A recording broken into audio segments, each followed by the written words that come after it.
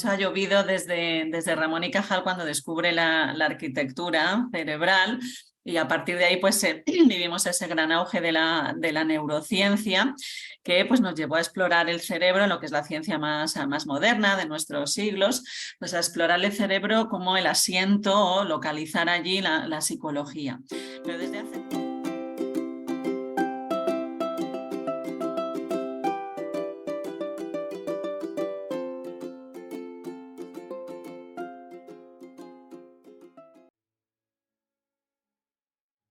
psicología. Pero desde hace como unos 10-12 años en la neurociencia estamos viviendo una revolución, pues que yo siempre digo que soy absolutamente afortunadísima de poder, pues poder estar viviendo esta revolución que a mí me parece que nos lleva a un humanismo. La forma que yo tengo de entender una de las vías por las cuales podemos humanizar la medicina, la biología en general, es a través del cuerpo. Hace como pues cuando yo empecé el doctorado y no hace tantísimo, ¿no? 26 años ya, pues solo considerábamos el cerebro.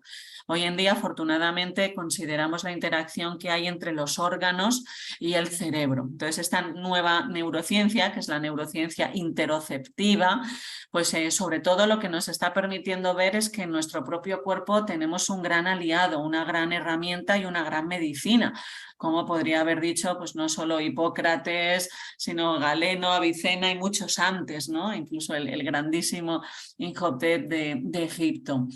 Saber que en nuestro cuerpo pues, hay herramientas para poder moldear, como diría Ramón y Cajal, poder esculpir nuestra psicología, pues creo que es algo que nos permite entender la biología desde ese punto mucho más humanista.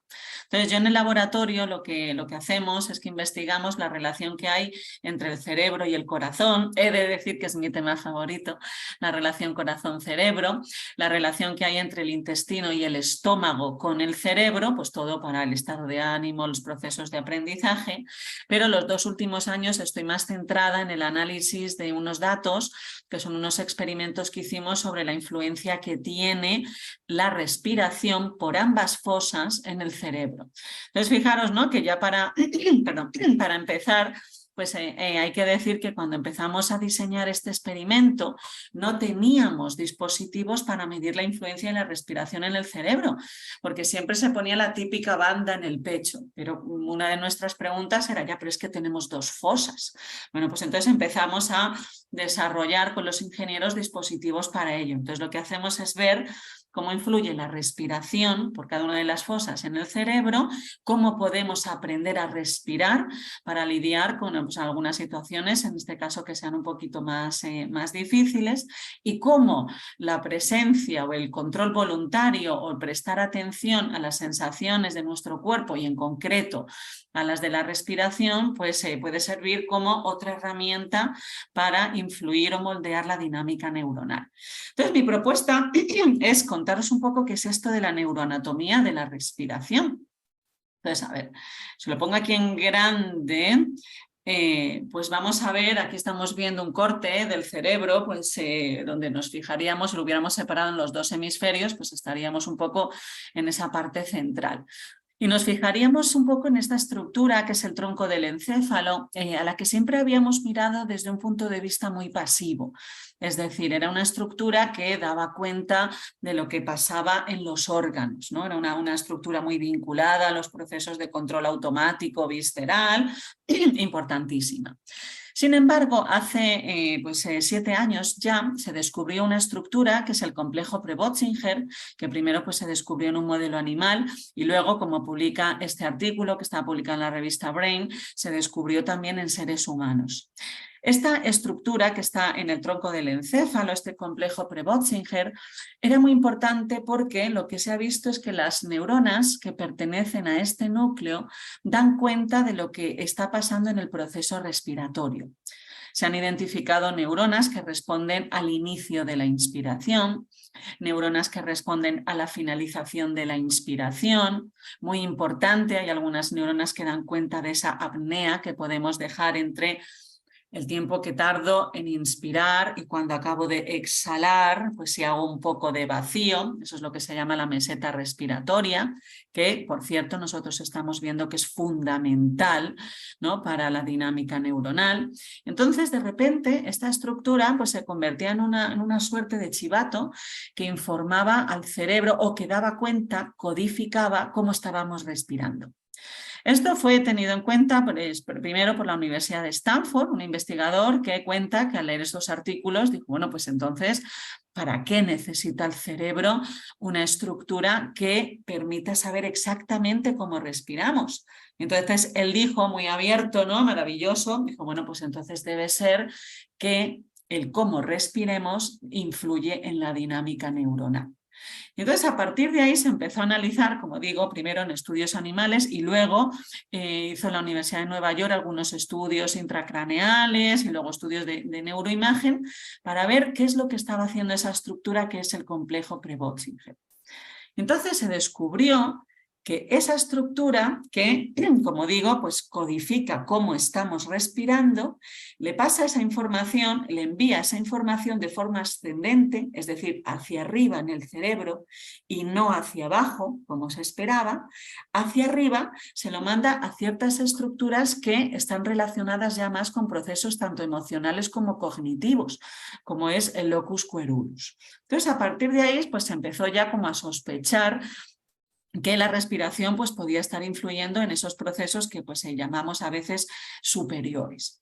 ¿Y qué es lo que se vio? Pues en estos, este es el primer artículo, fijaros, en el año 2017, que se publica lo que se conoce como la neuroanatomía de la respiración, que como digo, primero se hizo en animales y luego en humanos. ¿Qué es lo que se vio? Pues que cuando el complejo Krebs-Botzinger codifica toda esa información, se lo envía hacia arriba al locus coeruleus, al LC, y desde ahí, muy importante, esa información, esa codificación de los tiempos que tardamos en inspirar, en expirar, las apneas, esa información sigue un recorrido hasta sistemas límbicos, hipocampo, amígdala, hasta llegar a ínsula, es decir, hacia arriba, corteza frontal, es decir, una serie de estructuras que permitían concluir que el cómo respiremos influye en la memoria, en la atención, el procesamiento olfativo, que lo sabíamos, se intuía, y en la gestión de las emociones. Pero fijaros, aquí siempre digo algo que menciono de este artículo, algo que a mí personalmente me pareció que era digno, ¿no?, que honraba a los investigadores. Ellos que localizaron estas vías ascendentes, es decir, el cómo influye cómo estemos respirando sobre, pues en este caso, procesos cognitivos, le llamaron las vías ascendentes pranayama, ¿no?, un poco en honor pues a toda la literatura amplia de textos de tradiciones tan antiguas como es la India, y que durante pues, siglos y siglos, y podríamos decir hasta más de 3000 años, que ya pues, tenían conocimiento de cómo a través de diferentes técnicas de respiración se podían moldear procesos como la atención, la memoria e incluso la expresión de la emoción. O sea que eso fue un reconocimiento que es muy bonito. Pero fijaros, esto surge en el año 2017, o sea, prácticamente ayer. Entonces, a partir de entonces, una de las preguntas clave era, pues bueno, si investigamos la influencia que tiene la respiración sobre el cerebro, podemos desarrollar o implementar diferentes técnicas de respiración para influir en esos procesos cognitivos, ¿no? Y esto pues es importante porque, bueno, pues como hemos hablado aquí, existen muchas más vías, ¿no?, que pues las que tomamos muchas veces por defecto y el propio cuerpo pues nos lo permite. Dentro de lo que es la influencia de los órganos sobre el cerebro, el órgano que se ha visto que tiene mayor impacto sobre la dinámica neuronal es el corazón. ¿Por qué? Porque lo hace en un ritmo que es más similar a los ritmos en los que disparan nuestras neuronas. Pero, sin embargo, lo que convierte a la respiración en un proceso privilegiado es que tenemos un acceso voluntario a él. Es decir, yo puedo empezar a respirar de forma consciente, de forma voluntaria, de una forma o de otra, pero no nos es tan fácil moldear o interrumpir la dinámica cardíaca, por ejemplo, si estamos en reposo.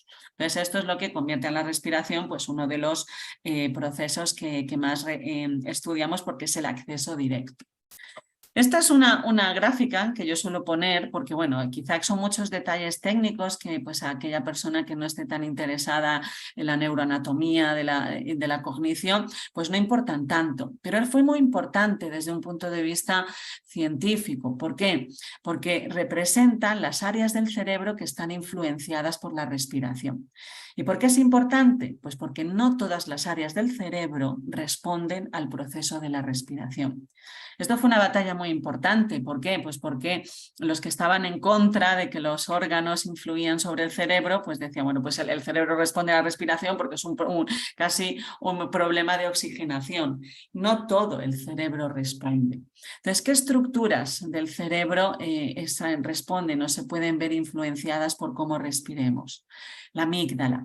El 10% de la actividad de la amígdala la podemos explicar teniendo en cuenta cómo estemos respirando.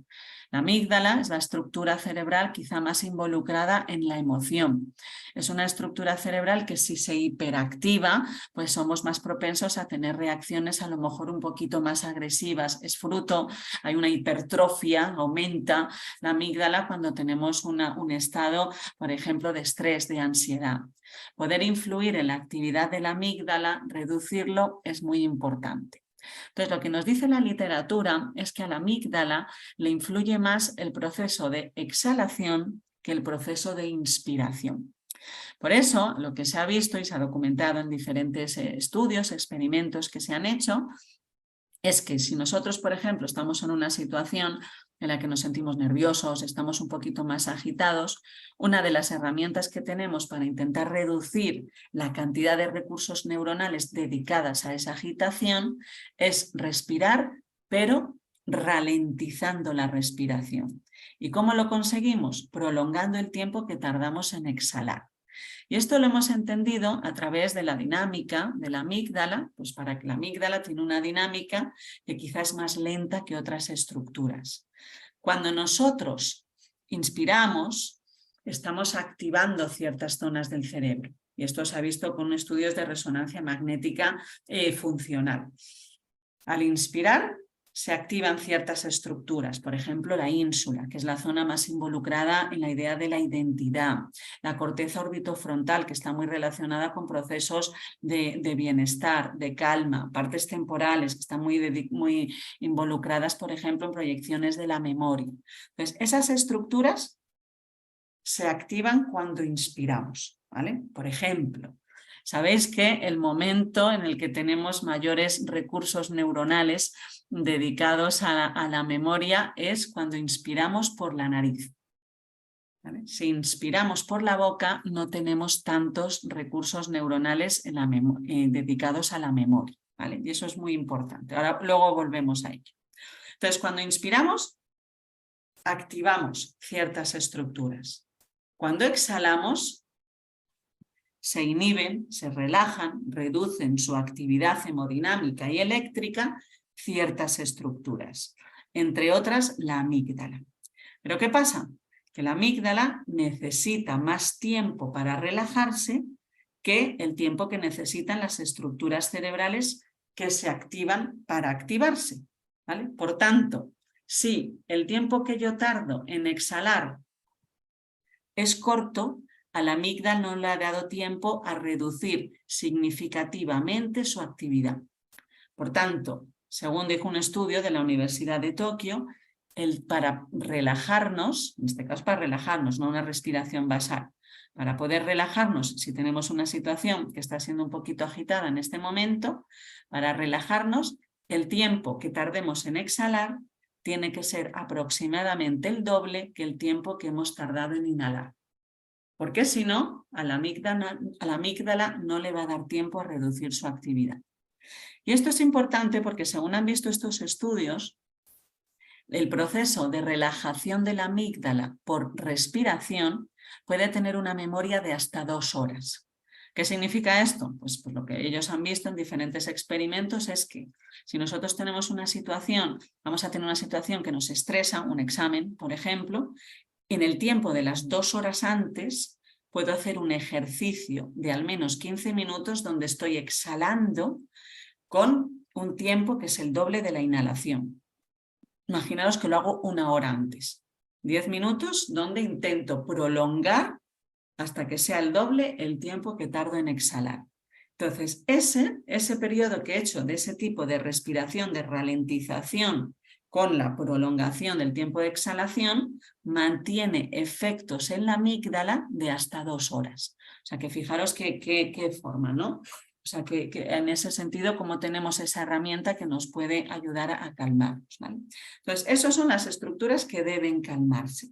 Pero también hay estructuras que, como hemos dicho, se activan. Lo que han visto en estudios, y en esto ha sido en registros que son intracraneales, es decir, se ha aprovechado operaciones normalmente de epilepsia para introducir una malla de electrodos en el cerebro y ver cómo cambia la dinámica neuronal en diferentes regiones del cerebro cuando respiramos. Inspiración, meseta, exhalación. Entonces, lo que se ha visto es que el hipocampo, que es esa estructura que está más involucrada en la memoria, depende directamente de la inspiración. ¿Vale? O sea, la memoria depende mucho más de la inspiración, los procesos de calma dependen mucho más de la exhalación. ¿Vale?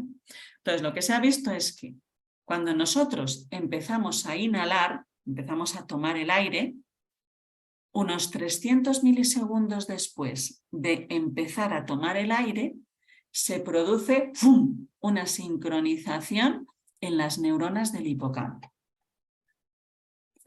Esto ya se había visto años antes, pocos años antes, que cuando nosotros inspiramos por la nariz, activamos el bulbo olfativo, ¿vale? Que es esa estructura que da cuenta, la primera estación del sistema del olfato, ¿vale? Nosotros activamos el bulbo olfativo.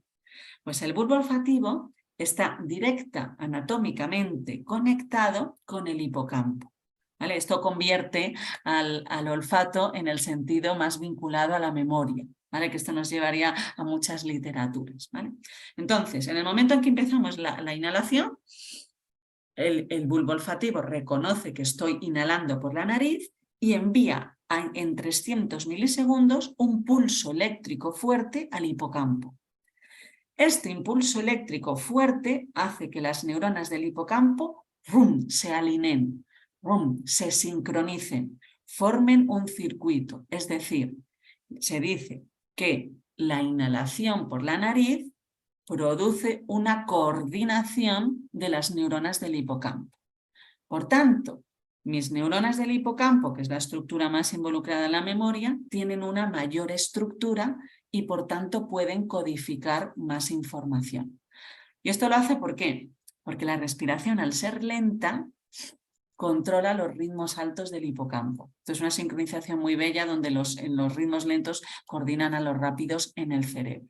Entonces, Celano, un gran investigador sobre la influencia de la respiración nasal sobre el cerebro, hizo unos experimentos en los que vio que el momento en el que tenemos más recursos neuronales dedicados a la memoria es el momento en el que estamos inspirando por la nariz, ¿no? Entonces él hizo una serie de experimentos donde vio que aquello que habían escuchado las personas que había coincidido con su inspiración nasal tenía más probabilidad de ser recordado.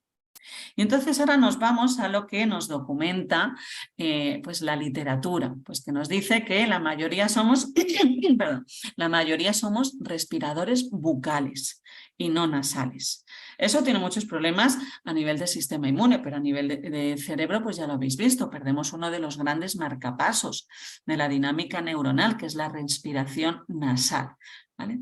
Entonces, pero no solo es eso, sino que fijaros, lo que nos dice la literatura, la estadística, y nosotros hemos hecho ahí, hemos publicado cosas, es que cada vez respiramos de forma más rápida.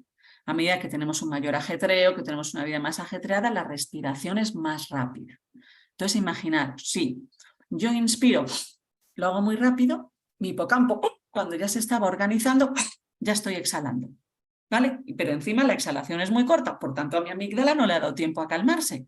Por tanto, tenemos un sistema que lo estamos acompasando a un ritmo en el que perdemos recursos tanto neuronales para la cognición como para la emoción.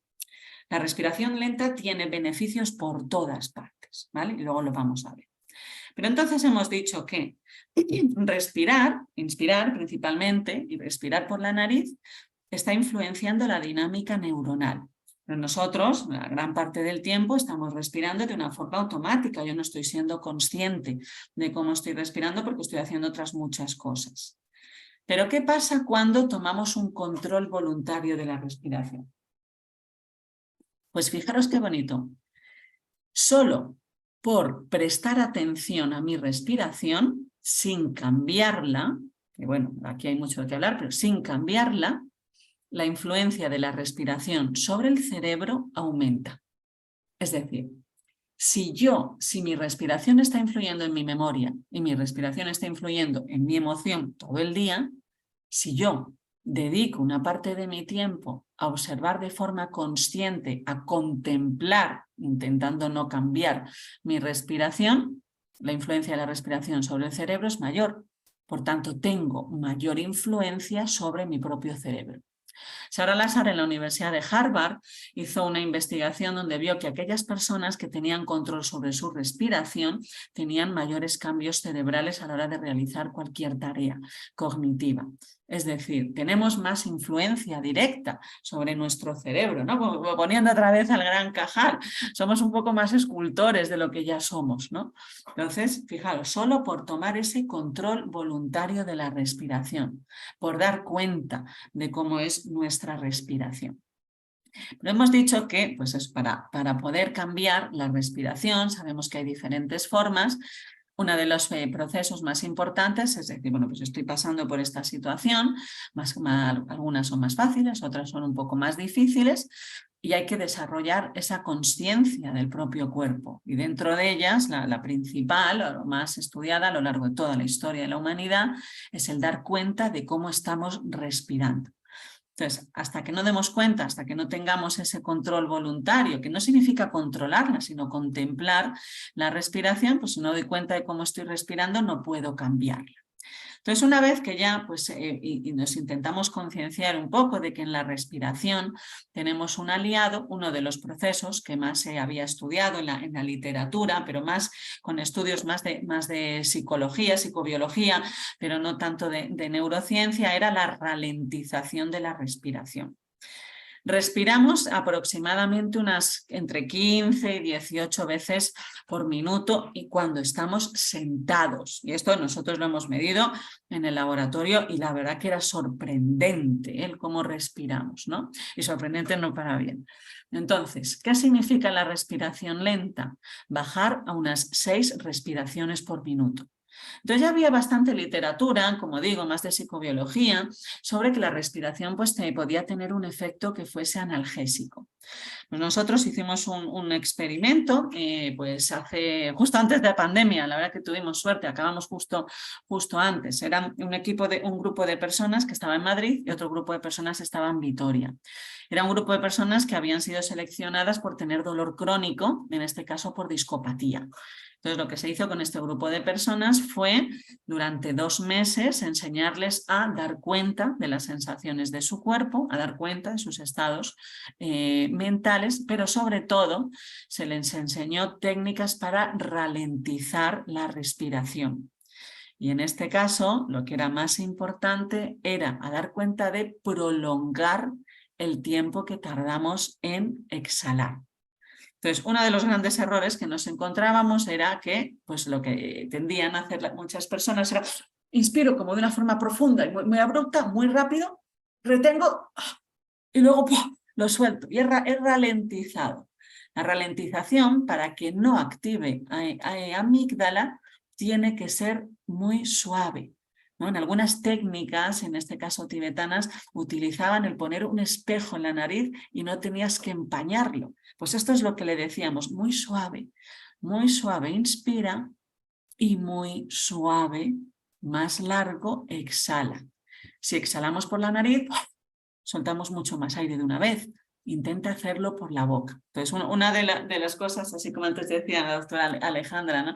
Y el anterior ponente, ¿no? Que tenemos que hacer que los pacientes abran la boca para hablar, pues yo lo digo al revés. Yo siempre lo que os digo, tenéis que cerrar la boca, ¿no? ¿Para qué? para que todo sea por la nariz, pero sobre todo que sea suave, que tú percibas que tu propia respiración es un proceso suave y no abrupto. No, respire profundo, muy lento. Respira lento y ahora exhala lento. Que percibas en ti también esa ternura de la propia respiración, esa suavidad de tu propio proceso.